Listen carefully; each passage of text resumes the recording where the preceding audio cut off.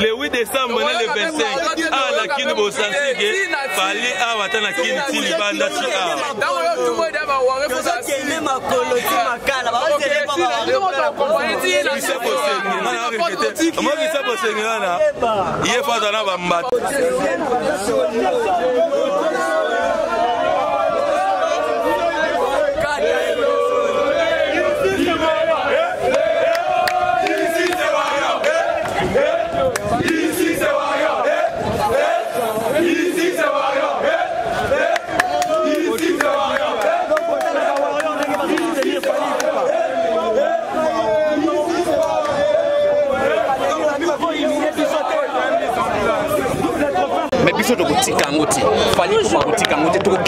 Toujours.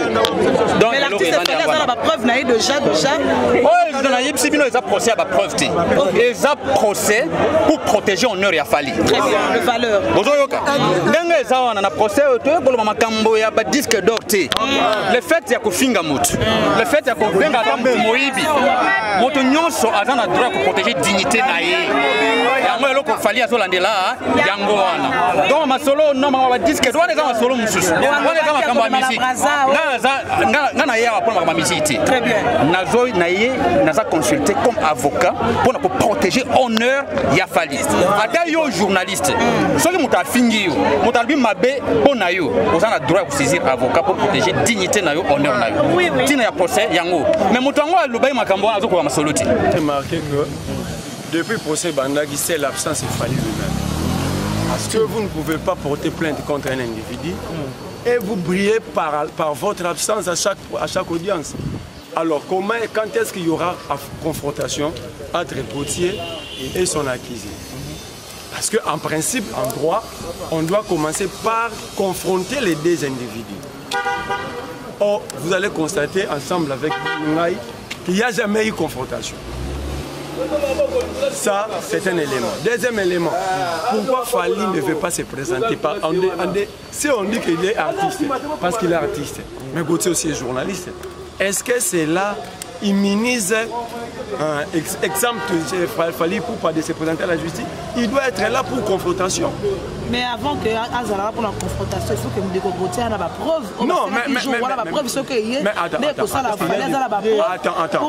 Comment vous voulez entrer au fond sans au départ là, moi je suis un ancien prisonnier.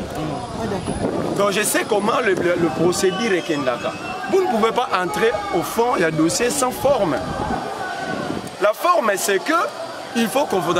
Mais je vais dire à Papol Mpassoula, j'ai beaucoup d'estime pour lui, surtout que son oncle, Jean-Marie Lukula, c'est un vieux que je respecte beaucoup.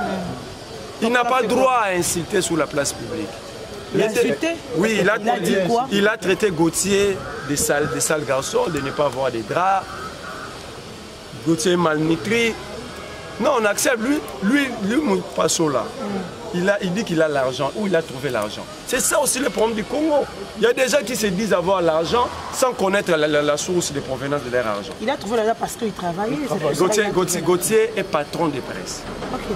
Gauthier ne travaille pas chez une maison. Popol aussi, il a une télévision. Mais s'il a une télévision, il fait quoi comme attaché de presse à l'INP? C'est aussi un élément. Si, il est patron de presse. Il fait quoi? Non. Gauthier est resté. Le problème ici dans ces pays, vous êtes tous journalistes. Vous devez comprendre que votre métier mérite beaucoup de respect. Et pour que vous soyez respecté, vous devez imposer ces respects. Vous devez l'imposer.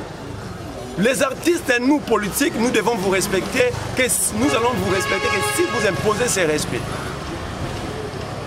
Il est journaliste, oui, Gauthier est journaliste. Il est patron de presse, Gauthier est patron de presse. Est-ce que parce qu'il est attaché de communication de Fali, ça lui donne le droit de dire que Gauthier est malnutri? Ça lui confère ces droits-là. Moi, je demande à Gauthier publiquement d'extraire Papol Mpassoula à la justice. Mais Papol n'est pas porte-parole des familles, ni attaché de presse. S'il n'est pas porte-parole mais là d'ailleurs il a commis une infraction parce que pour répondre en justice, il faut qu'il y ait intérêt. S'il n'est pas communicateur de Fali, il a répondu en guise de quoi? Il a répondu en guise de quoi? De la deuxième vidéo. J'ai dit, moi je m'adresse plutôt à son oncle qui est en politique comme nous autres. Si lui pense donner le travail à l'INP par son neveu Popol Mupasola, pour cela confère le droit à Popol Mupasola d'insulter sur la place publique, qu'il pose, que lui-même, Lukulas, attire les oreilles de son neveu. Parce que là, nous risquerons tous d'enlever les gants et d'aller tout droit, comme dans un combat de boxe. En fait, ici, Lukulas a intérêt. Fally Ipupa, il avait estimé qu'il a été diffamé, amputé. La question majeure, pourquoi on veut entrer au fond de ces dossiers sans Fally? Très bien. Alors, Ndeko, pourquoi Ndeko Gauthié il avait la motivation de dire de paroles un peu choquantes envers l'artiste Fally Ipupa? C'était quoi la motivation? Madame, savez-vous, les grandes enquêtes que nous regardons sur TV5, France 24, sont menées par qui? Par des journalistes. Que vous avez appris la même science que les journalistes de France 24, les journalistes de TV5, je ne sais pas, des New York Times. Vous avez appris la même science. Vous avez le droit d'enquêter. Parce que si Ferré enquêtait sur Fally, on l'avait dit, c'était un adversaire. Vous, les journalistes, vous avez le droit d'enquêter sur le politique, sur les artistes, c'est un droit.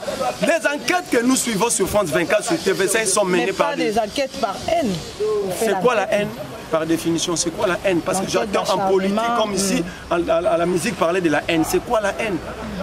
Si moi j'ai dit que telle personne, je trouve difficile d'accepter son disque d'or, c'est ça de la haine?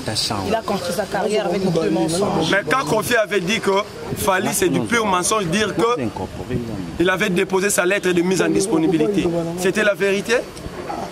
Vous voulez de preuves? C'était la vérité. Quand Fally a dit publiquement qu'il va présenter un deuxième disque d'or à Massamba Deba, il avait présenté? Alors pourquoi vous voulez construire un État sur base de mensonges? Pourquoi? Je vous donne deux faits. Il avait dit qu'il allait présenter un deuxième disque d'or à Massamba Deba. Vous êtes du journaliste. Il avait présenté. Il avait dit qu'il avait déposé une lettre de mise en disponibilité. À l'époque, il avait fait son album Trois Chemins. Kofi a répondu, c'est du pur mensonge, il n'a jamais déposé cette lettre. Il a présenté le disque d'or au stade de Martyr à Kinshasa. Il avait promis encore. Il avait présenté ça, on était là. Je ne parle pas du stade de Martyr. Il a dit qu'il allait présenter un deuxième disque d'or à Massamba Deba. Une chose qui n'a pas été faite. Alors, c'est de la vérité ou du mensonge? Mais à Massamba Deba, tu étais là, il faut expliquer. Mais vous voulez de preuves ici ou à la barre? Même à la barre, même ici, parce qu'il y a des gens qui vous suivent. Mais la première preuve, c'est que Gauthié n'a jamais boycotté l'invitation du tribunal. C'est un élément de motivation qui vous dit que l'homme est sûr de ses allégations. Parce que sinon, moi je connais, nous sommes en politique.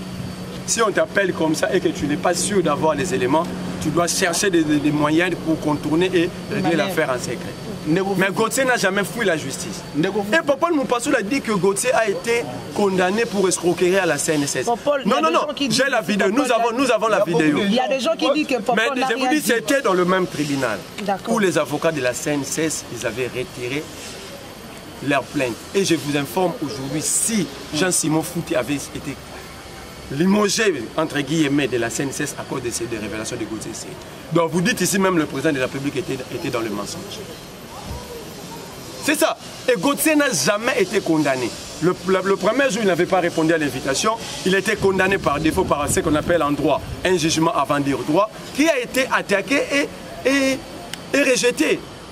Des simples pratiques, les gens viennent à la télévision dire des choses qu'ils ne maîtrisent pas sans contour, sans tenant ni aboutissant. Il y a ce qu'on appelle des jugements avant dire droit, qui est attaquable comme tout jugement. Et ce jugement a été attaqué ici, rejeté. Et Gauthier a été acquitté dans l'affaire CNSS. C'est pour cela que moi je pousse Gauthier à porter plainte contre Mupasola. Il va montrer. Il va un problème avec il va montrer. Même vous ne parlez pas, vous contredisez. Il va montrer le jugement condamnant Gauthier pour escroquer à la CNSS. Parce qu'ils ont voulu affronter la justice, nous allons aller comme ça jusqu'à ce que la vérité va triompher. Parce que dans des États sérieux, les États sérieux sont battus sur base de la vérité. C'est ici au Congo qu'on dit, on a tué ton frère, tu dis, et ça pour finir, non, on doit chercher la vérité pour sauver les autres. Voilà, pour toi, entre Fally et Gauthier aujourd'hui, non. Je n'ai pas juge, ça c'est le secret de la justice, je ne suis pas juge. Mais ce que je sais, nous avons tous besoin que la vérité triomphe. Ah, vous avez de preuves, Gauthier aussi a de preuves. Vous me demandez de preuves ou à Gauthier? À Gauthier. Moi je m'appelle Marley Fouf, madame.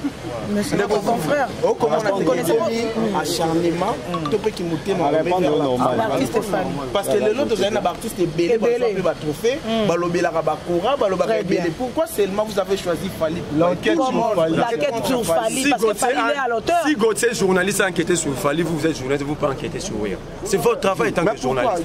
Non, c'est votre travail comme journaliste. Non, ne dites pas pourquoi Gauthier a fait sur Fally. Moi, je n'ai pas enquêté sur le mine. Vous pouvez enquêter sur la... Moi, je vous ai demandé la motivation de M. Gauthier. Mais la motivation, c'est qu'il est journaliste. Je vous ai donné l'exemple ici. Parce qu'il parle bien de Ferré, il parle mal de Fally. Attends. Lorsque Julio Assange de New York Times a enquêté sur les documents secrets au niveau du Pentagone des États-Unis, vous lui avez posé la question d'enquêter sur la France? C'est son travail, il a estimé que le moment est venu pour enquêter sur tel dossier. Vous êtes journaliste, vous pouvez se faire l'autre part. Lui, il a fait ce que lui, il maîtrise. Vous êtes journaliste. Enquêtez aussi. On va vous laisser juste une question. Il y a Oleka. Tu as qui déjà une vidéo de Gauthier. Il y a qui sont abandonnés au Lobake. Alors, c'est un pardon. Maramba Lobake est solo. Et quand on loba bon à Lobake, musicien en comment le système pour yembi ça public boy au lieu à côté public ba yemba. Vous avez monté mouton ko ya Là, madame, vous me demandez de répondre sur les sentiments de quelqu'un. Mais non, attends. Moi, je reste dans le fond du dossier. Ce qui est vrai, Gauthier est journaliste. Mais un journaliste n'est pas exempté de sentiments, parce que c'est un être humain. Juger ce qu'il a dit des sentiments, quoi, moi je m'en fous. Mais moi j'ai dit, on a besoin de la vérité. Il n'est pas sentimentaliste. Restons dans son travail. Ce qu'il a fait relève de son travail. Si Fally chante, c'est son travail. Mais pourquoi il faut empêcher l'autre de faire bien son travail? Voilà. J'estime que la vérité, c'est que Gauthier est dans le vrai. On attend de preuves. Mais combien de fois je vais vous dire que la première preuve est éloquente. Donc, on est 9h avec quelques minutes. Jusque-là, l'audience n'a pas encore commencé. Vous allez causer la... Warrior, il y a des affaires. Ils ont contre Fally. Warrior, Gaulois, donc il y a un mingi, na garde un mingi position, on a fait ma toi après nous ça tout ça on a réalisateur na éviter nanga kokota un peu moins na pesa que non même si na ebi na non ntiko bato batala biso bato batala ngo ba comprendre elo wana te na golo ba pe que non tant que mutu na parti pris na golo ba pe na sepela na faire tout comme na sepela na Fally bomona na go pesa point de vue par rapport elo na roloba eza vérité mais ce que ezala bien te pas Warrior oyo azade au moins tout total kana na marambo nde bandi izaki na plateau zaki Manix et puis na Gauthier Sey. Manix a andaki défendre mingi côté ya Fally Poupa. Gauthier Sey a andaki défendre mingi côté ya Ferré là. Au moins, si on moni déjà un Sotali bato ibatu ya Warrior ba sani ba soutenir nani Manix. Ba Gaulois ba sani ba soutenir nani Gauthier Sey. Au moins, msusu ezaki na ngo débat moko msusu muta pesi ba élément peut-être Tanzanie na raison. Au moins. Alors biso mingi ba congolais de nabi mutu so ko pesa argument de part et d'autre mutu à cause en a raison alors biso siko non to bien que to ba démocratie nanu to comment ba na démocratie au mona na olinga point de vue nanga nandi mission ka na makasi au mona alors que yango moninga personnellement na comment nanga boya même que ça banalise même si na yebi nanga vérité za boya en tout cas mais yo au senga nini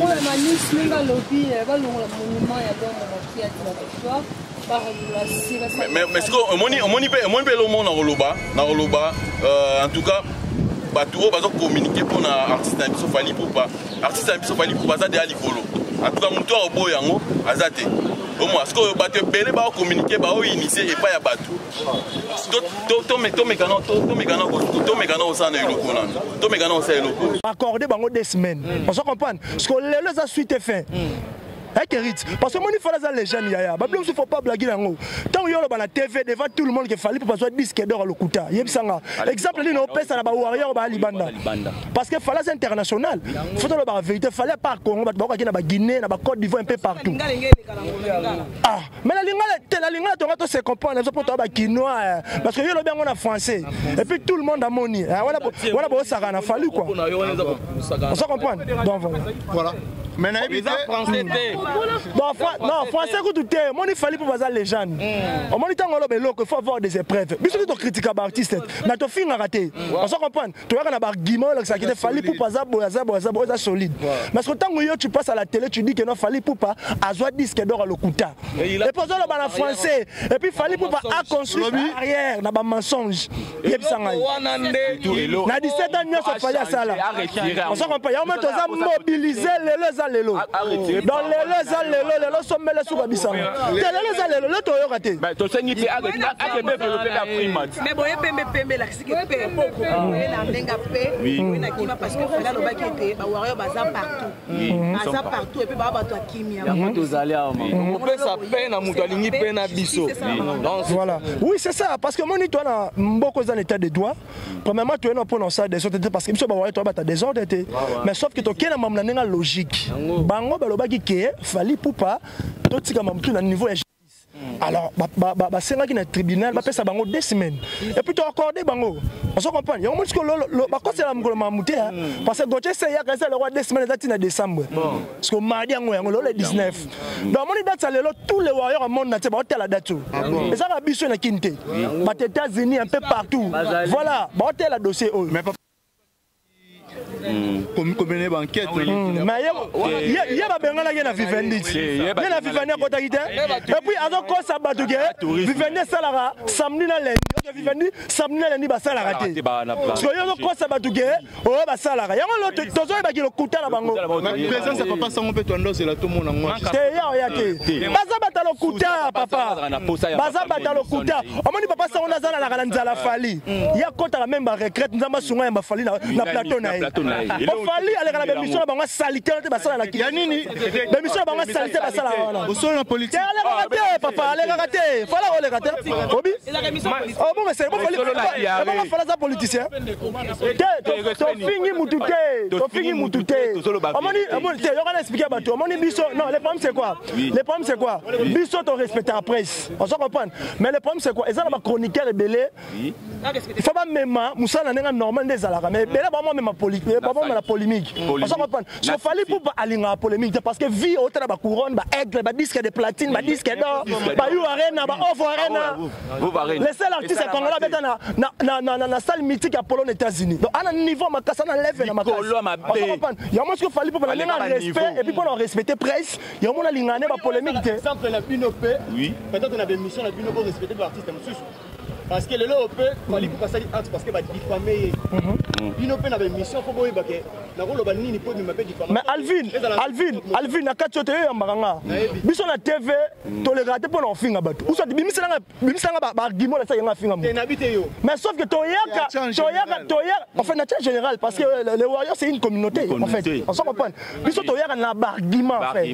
Solide. Ko finga mutu na argument c'est deux choses différentes frère. Tu vois? Biso toyaka na argument tant to le bagé fallait pour na Congo, les seuls artistes congolais ont disque d'or certifié par SNEF.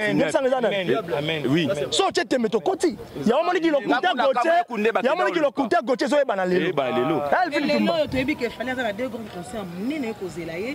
Et moi qui message j'aime écouter le pesa qui pour la distraction. Ah, il sur le dossier la tribune dans le l'état.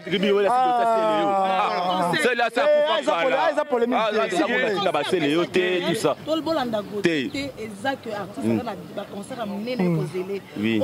À focaliser dans le concert. Si on a bien, net conseil au c'est le linga pesa ba warrior wana. A sobi que c'est le mono ala ba problème ben na vie na. Oui. Ala problème santé, ala problème d'inspiration, ala problème lamba. A sobi que c'est le na qui ça peut se faire rater. Et papa m'a pas on va. A foutre la oh maintenant bien, avant pesa Alvin, quand il porte ngelo, atebe ba la poto ba kemba. Ah yo tembe. Na bibo. Te na bibo. A sobi que elle ba te belé ba na poto ba kemba. un peu partout. On s'en comprend. C'est le premièrement, bon, quand on conseille ça, mais ce qu'on a vu, Baloba, avant de faire un conseil, il y a un vie. Yo pesa mtu conseil yo mon depo bota mon mukala tilapia na age on na tilapia obi que c'est le à décevanga et pas bosali que mort parce que c'est le auto yeba kana maison mère à l'époque oui autant la Bill Clinton autant la c'est le slam c'est le beta ba qui danger auto yebi mais c'est le sibit mais lesquels biso c'est le romane mukala tilapia et puis miso zolanda obi te minyo ma rosa mukala fali za petit ya fali bauta orchestre moko mais fallait mettre un million pour mon orchestre moko te ça va million pour fallait va avec naie à se pelaka naie et tant que ça il faut qu'on dise la fête ça warrior on va là écoute pardon on va dans leader mais on s'appelle la tendance non mais ça là on s'en va pas mais c'est le nom comme c'est des choses différentes c'est les pas bête un artiste à l'orchestre moko on s'en va pas bête orchestre moko et puis ma génération presque ancien collègue naie après alors moi directement comme on mukala tilapia il y a des qui bango bango ba luka fali ba ko ka fali donc on sait que c'est une colère fallait pas l'eau ya ça on a vraiment ndako to senga zolo ndako na kisasa Tokyo papa zoloba oza warrior papa est-ce que balobi ba warrior ya âge oyo bazalaka te siko yebisa biso papa yo mto veka ba étape ba lwambo ba madilu ba tablay eloko nini salaki ke okoma warrior OK la lingi na répondre bango parce que bazali na ignorance OK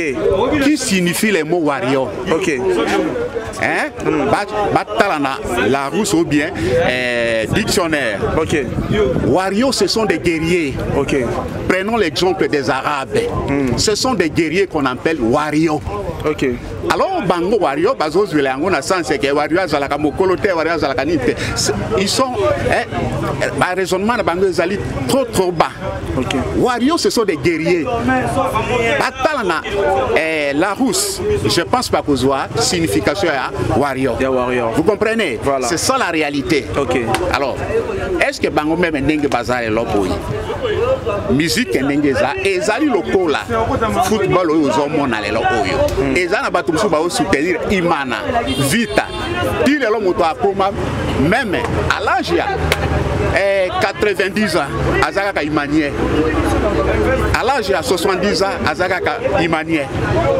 on n'a pas le choix et surtout moi OK finanga mobimba na lingaka nde via musique à part sa distraction mususu ezalaka te OK ezalaka te pe koyaka te merci beaucoup papa toza ko avancer to moko mana suka toza nganga te to moni yo vraiment olongwenda ku oyeti awa yebisa biso est-ce que lelo soki balobi parmi ba musiciens oh lelo ba défendaka rumba bien to loba pe fali aza parmi bato bazobeta rumba bien mais fali n'y a pas le débat Fali n'y a pas le débat. Les seuls musiciens, Oyo Lelo, Mokili Mobimba, Bauti la rumba nae, Motema c'est Fali pour pas taper la merveille. Vous comprenez? C'est ça la vérité. C'est ça la vérité. Oui. Est-ce que le papa oza ko affirmer les biso vraiment le lope ba luambo ba rose à la fière ya Fali lelo atiki la bango rumba zo azotambusa ngo Mokili Mobimba. OK, ba luambo ba zo chance parce que Lelo Fali Oyo asali et l'équipe même au Balouambo Basala. Ah papa. J'ai dit je l'ai confirmé. Papa. Confirmé. Ah papa. Il n'y a pas le débat. Il n'y a pas de débat. Il n'y a pas le débat. Bandela ngona papa. J'ai dit Oyo Lelo Fali Asala. Même Bawendo, même Balouambo Batikala ko sale la yango te. Moto ali boso na RDC, c'est Fali pour pas taper la merveille. OK? Oui. Voilà. Merci beaucoup papa. D'accord.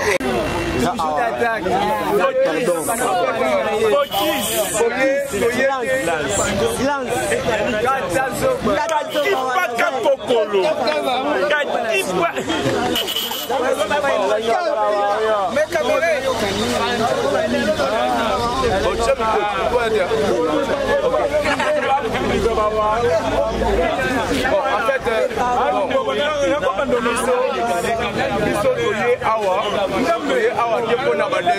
Aza Maramboyo. Aza la base. Oui, pourquoi on a bien la base? Oui, pourquoi on a la base? Tant qu'on va me mettre le dossier, c'est ça. Yo répondait à qui réaction des Aguinées.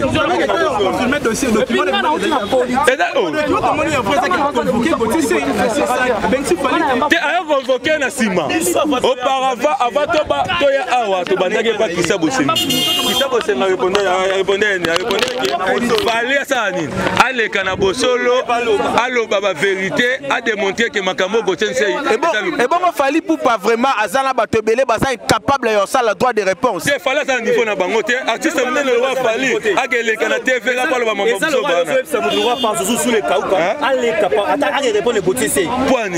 Gotense Nezabo Yemoko. Donc moye moko place à ça. Moye moko place à ça. Ah bah malay. Ayebi da prison et c'est là. Moi ba wa ba na la prison. Ba ça de abuna ba c'est là. Kondede ba c'est là beta bolo. Mais Azana ba preuve, Azana ba preuve o ba yeli et outil France. Ba preuve veiller.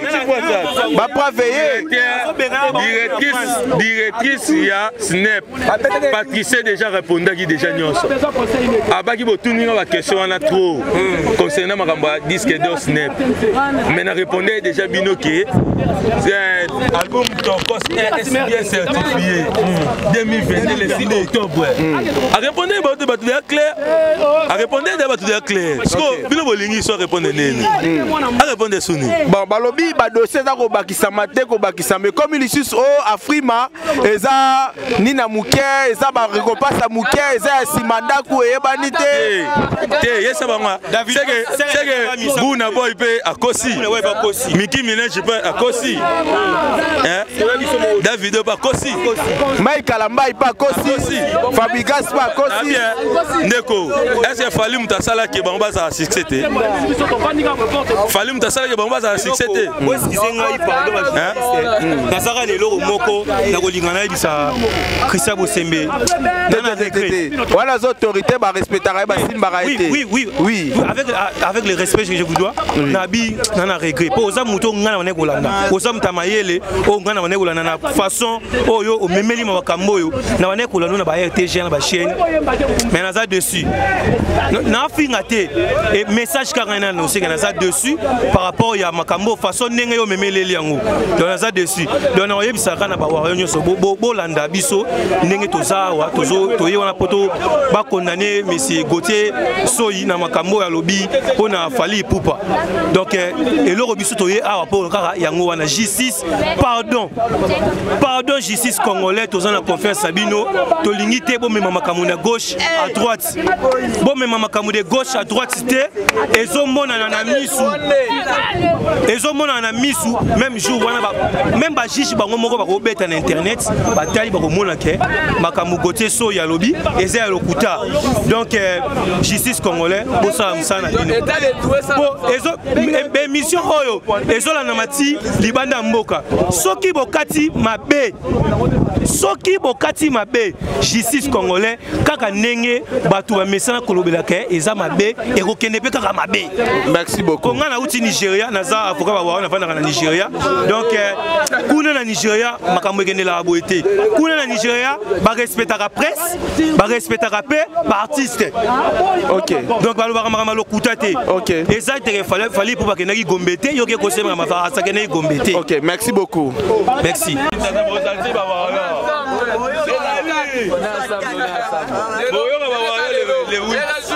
Le 8 décembre, le 25, à la Kine Bosansige, Fally à Watana Kine Tilibanda Tia.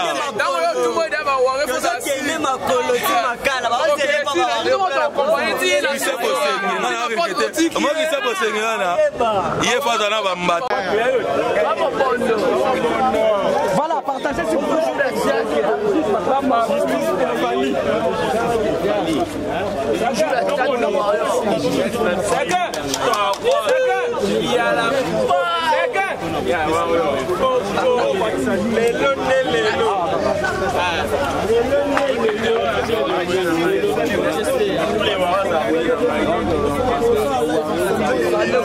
Wow.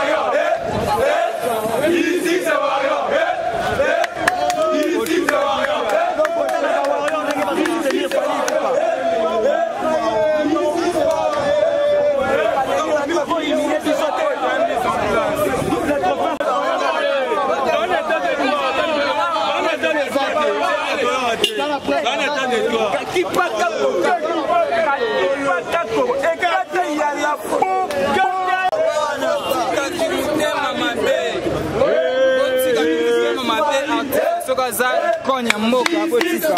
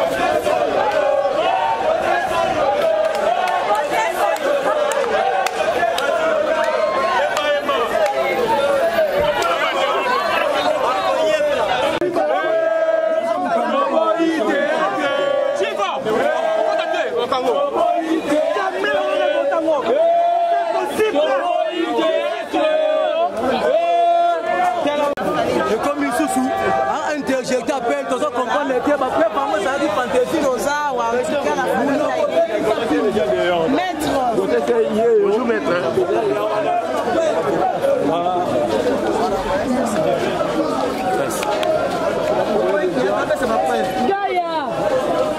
C'est un peu de marché. La vérité gagne toujours, la version finit. Maintenant, on a envie de savoir si la vérité est encore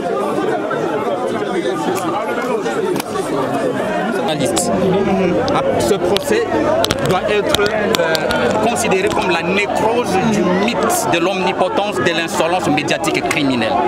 Donc, dès lors que vous portez atteinte à la dignité d'une personne, sachez très bien que l'épée de la justice sera derrière vous. Faites votre travail avec respect de la déontologie, parce que maintenant, l'épée de Damoclès qui pèse sur Gauthier CI, c'est simplement parce que excité et incité, peut-être pas de main noire, que nous ne connaissons pas. Et voilà, il s'est exposé et maintenant il a pris la poutre de d'escampette. Lui qui avait des preuves, il est dans l'impossibilité de présenter ses moyens de défense. Donc c'est tout ce que je peux dire. Il a relevé appel. Comme j'avais dit dans mon intervention, nous sommes des serpents. Nous n'allons à la chasse que pour mordre. Et aujourd'hui nous avons raté de mordre. Nous allons suivre cet appel jusqu'au niveau du tribunal de grande instance de Kinshasa, Gombe. Nous allons fixer l'appel parce que côté CI n'a pas la carrure de fixer cette affaire et nous allons pouvoir présenter encore nos moyens là. Il va présenter aussi ses moyens d'appel et ce qui permettra à ce que Fally Ipupa soit réhabilité dans ses droits. Merci. Voilà, maître avocat, alors on a peut-être Bakolanda dans le côté de Lingala, pour qui peut aller faire ça, il faut comprendre que non et dossier on est coquin. On expliquer vraiment on manie la biso pour Lingala, on va vous dire pour le procureur a eu rejeté demande na bango au bazaki na besoin kaka Fally za pour se comparer et là on ils ont motivé ils ont poussé na partie wana pour pousser toujours makamna bango qui pousse bon soki bazo poussa masolo o ezaka pona kobanga lo mosusu eza te ezalaka kobanga ayebi kasalaki mabe sikoyo mabe wana etingami ye parce que biso tozosala te eloko wana etingami ye sikoyo azobanga parce que nde tozoka banyoka toyaka bitumba oyo so tolati elamba oyo ezalaka mpona koswa sikoyo amoni ya koswa na biso esali mpasi yango wana azolwaka banzela mosusu po akima mais biso tokotika yango te fali tokotika yango te tokokenda ye toujours donc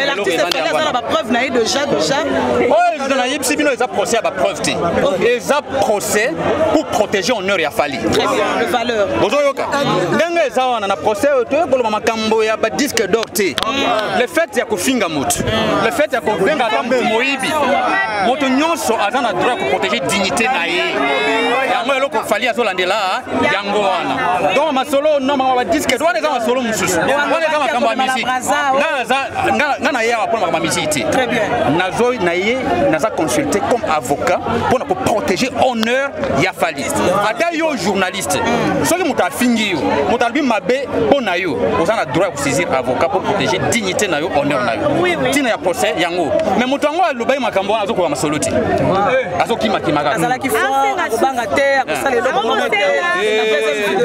bapreuve baye na bapreuve avivendi mpe snap alakisi yango bino parce que bino eloko moko bomoni yango parce que mona telo moko voilà une dérobade tout simplement ba faible ba comprendre déjà que ba faible yango mo ba mo luka ko prolonger bango mo bande ba vandi ba yebi déjà ba faible ba lekate ba samba la bato même balo ba mais apparemment ba balo bon dire il y a un artiste qui est derrière tout ça là en politique ne tozo kakande bandeko bazolo ba c'est pour na dossier balobi que on dirait ça l'artiste est mort comme tazo champion noir na sima dossier peu importe même ça yo même faire ça la bino déjà de nous on ça bino que vous connaîtrez la vérité finira par toujours par triompher vous connaîtrez la vérité vous approchera donc to koyeba la vérité attends même noir moi na sima tant pis nous notre problème là que batika babilo na bango ya salité na kombo ya fali merci mais si connaît bazone sous 2 semaines quoi c'est na qui 2 semaines ba yeso sous ba sengi sous 2 semaines OK lo bani pour na ba report ya ba makambo ndenge zokende to ke neti na li for bon nga ubona nga acha so ina ne to zara na ebo ouais comment na ngoka ata ba sande ne koma ga jour ngo e koma ga ouais ata ba te ina ne e koma to zana eti la li for bon to zana eti na sou Jemba pas zana to za Jemba li ou rien ne touche pas mon fali Jemba kaji to yebwe bazone sous 2 semaines ya ki pour dosso ba yesu sur 2 semaines ne ba mongo zo ba report ba 2 semaines na bité bino bolo bani la suite te ça bino yango classe ici là c'est 54 bino bobo mona mutaza na erreur ne comme preba kangae bano la musa su procès bon la musa procès na sens ni bo pesa episode 2 semaines bo ke bo sangani ba o ba mettre kingani o ba mettre nani bo sangani suite zo e balate ba musicien ba na succès ko na mo chala misu na makambo etali bino ba melai bino da na mal accompagné bo be 10 ans mais bon continuer quand même politesse bon moni bino nyonso bo beti ba album na ba fait na bino ba sombi ba perruque ba tena mutu bon moni place boza la chambre mais le roi ba continuer to zuma moi mais so biso moko pe to ko ma po sa mala bino po wala bino ma elete et comme il faut bon mona mo siko so do e contrôler bino po to comprendre bino tisuka babi doté ça il faut le santé au benda locataire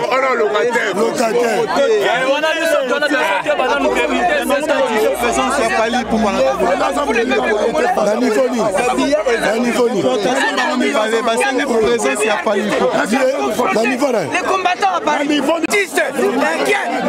qui a fait l'ouverture de la francophonie, vous ne remarquez pas que c'est impossible. Et si vous promenez partout, aujourd'hui, quelles sont les chansons que vous écoutez? Vous allez arrêter une personne pour des médisances, pour des choses qui n'existent pas. Que cette radio trottoir s'intègre, parce qu'ils auront affaire à nous. C'est Fali Badiga pour la merveille. Je suis Papa Warrior, c'est Fali Poupa. C'est mon fils. Fali na tabula ya poni nani? C'est Fali DiCaprio la merveille. Kaki babota. Fali na wendo poni nani? C'est Fali DiCaprio. Et puis vous n'avez pas de conscience de vous, journalistes de tout le monde. Une personne qui a combattu les combattants à Paris, qui a fait l'ouverture de la Cannes et qui a fait l'ouverture de la francophonie. Vous allez vous amuser avec lui comme ça, c'est pas. Est-ce que vous pouvez me citer un musée qui a fait tous ces projets-là? Citez-le-moi. Quel projet? Citez-le-moi. Tous ces événements-là. Il a commencé par combattre les combattants à Paris. Il a joué un concert dans les salles mythiques. Il est revenu. Il a fait l'ouverture de la Cannes. Il est revenu. Il a fait l'ouverture de la francophonie. Mais il faut respecter. Les fanatiques, Batombokaka, Babukaka, ils sont bien instruits. Ça, là, j'ai na Fali Poupa.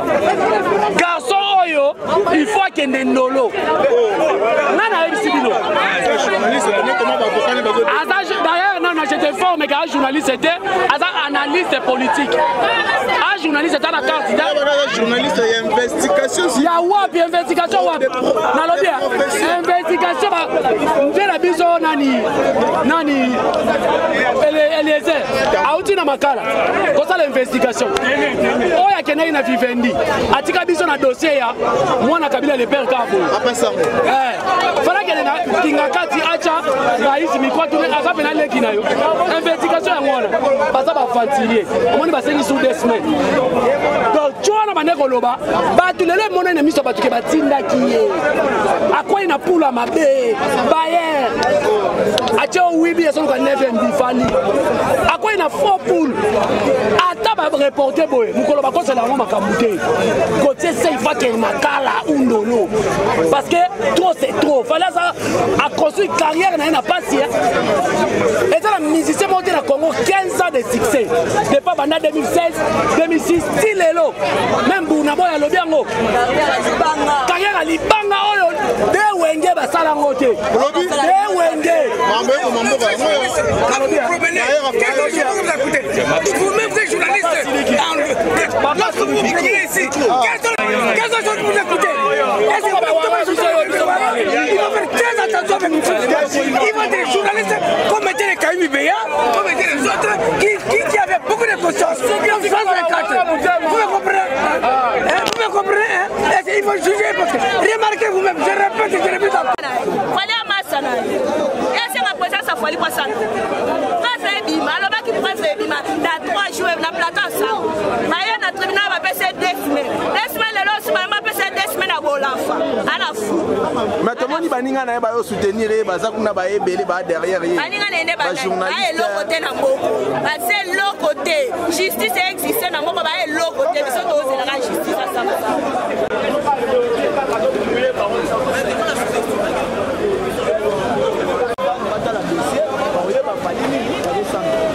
Le robot swag. Ça va, on va. Tout va bien. Voilà.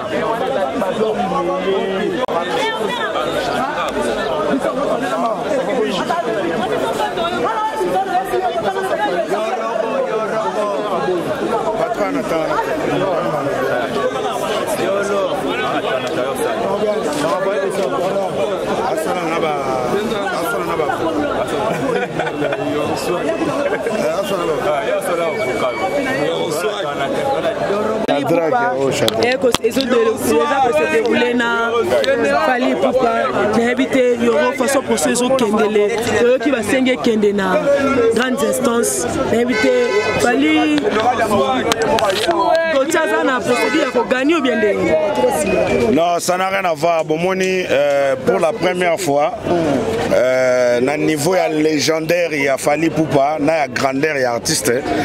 A boyi ba warrior basa la loi na bango bazwa muto na nzela ba betaye to babuka atikeli l'état charge donc ils a charge à l'état donc par rapport à cela tozota la l'état asala musala na voilà il y a des avocats du chef donc on n'est pas dedans biso to na makambe belé au sala côté ça lobby abandé ko lobela Fali Poupa taza ki lobela petit Fali te wana za langage oyo biso moko to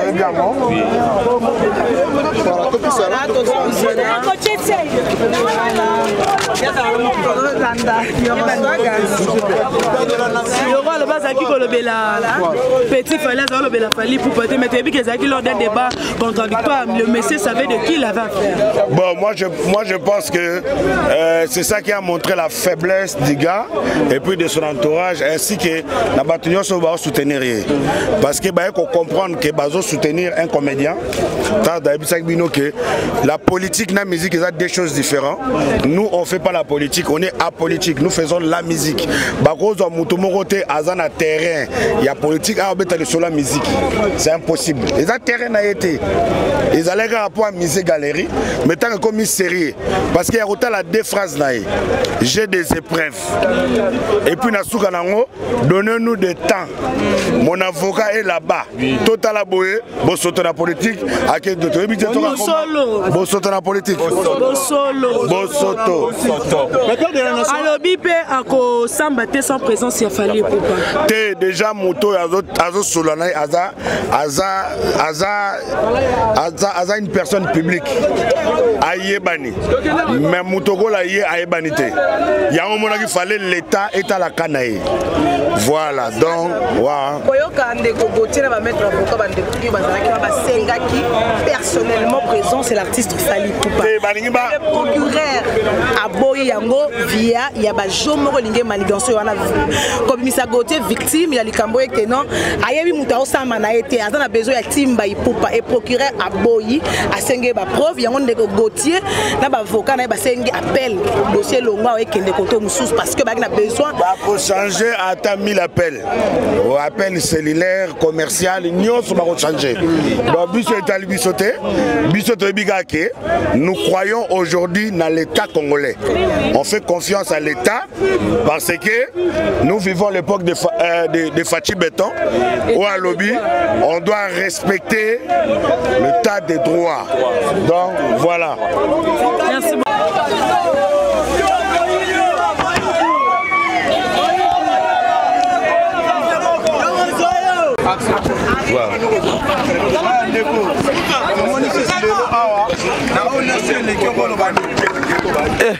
elekinde akimite omona ndenga kimi mbangu donc akokite donc ndenga sana pina akokite pour moni dégâts chaleur awa donc bado pour sa audience basongo ba poussons sous pendant 2 semaines madame la juge aboyi alobi valia oyate kocha bisanga ba preuve kocha kimi alobi ba lobola ko a pa na bino batina ko côté mususu mais ya lobi muto asambane azoyi ba iti ayi ba muto asambane te fayi ba muto asambane de ça makambo azoyi ba neti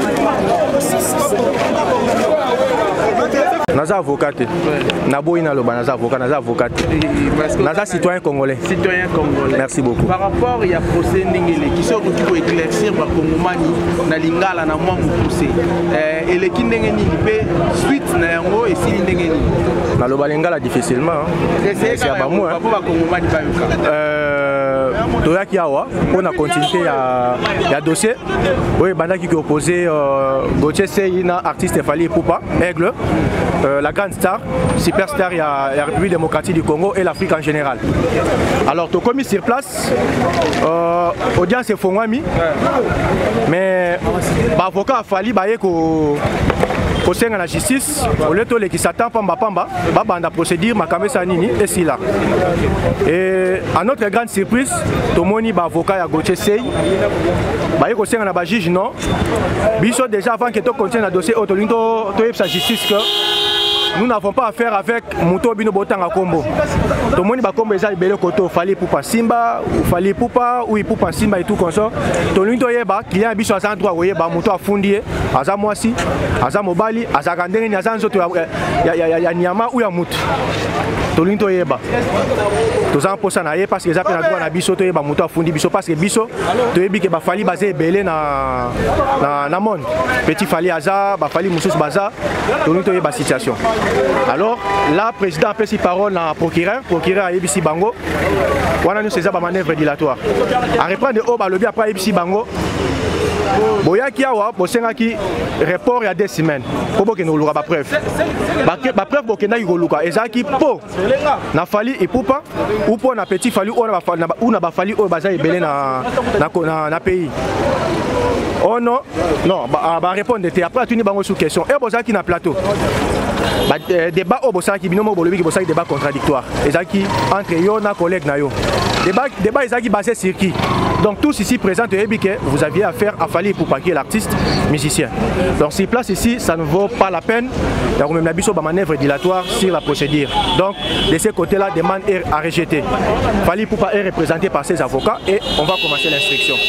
C'est lorsque le procureur a lobby comme Makambouana minute babimisi document et appel demandant dans le tribunal qui est na cour d'appel pour la bango bamoni ke makambo sur les kawa eza bien té justice ça lango bien té bamoni net bazana justice ça bango panzi mukolo bazo risquer de perdre le procès na bango fuba ke na cour d'appel alors que instruction bani na nous c'est la connaissance na yo na o yebi na matière ya droit pénal ndenge zo kendele déjà tokolo banano azo a perdre déjà de plus en plus à perdre déjà il a déjà commencé à perdre Gauthier Sey a perdre déjà à perdre déjà depuis le début il savait qu'il a gagné parce que ceux qui ngai na yebisaki yo ke non papa oyo benga papa na za papa na yote ngana za ba preuve yo ero memanga na justice na rememelo nini ba preuve te c'est tout ça pour ça 3 semaines alors pour ça 1 mois ba kendaki ko sala ba recherche mais yango ba futi ba voyage ba ye maître o akendaki azawana mais pourquoi pas bimisi preuve tala contrat Vivendi yango yo fallait aza kunate tala snap yango yo fallait aza kunate c'est plus simple que ça mais pourquoi aucun de gauche à droite donc ce qui veut dire autrement que bayebi et basa conscient que ils n'ont rien ya go gagner na carte à procès oyo donc c'est un peu ça la situation pour le moment. Merci beaucoup. Merci.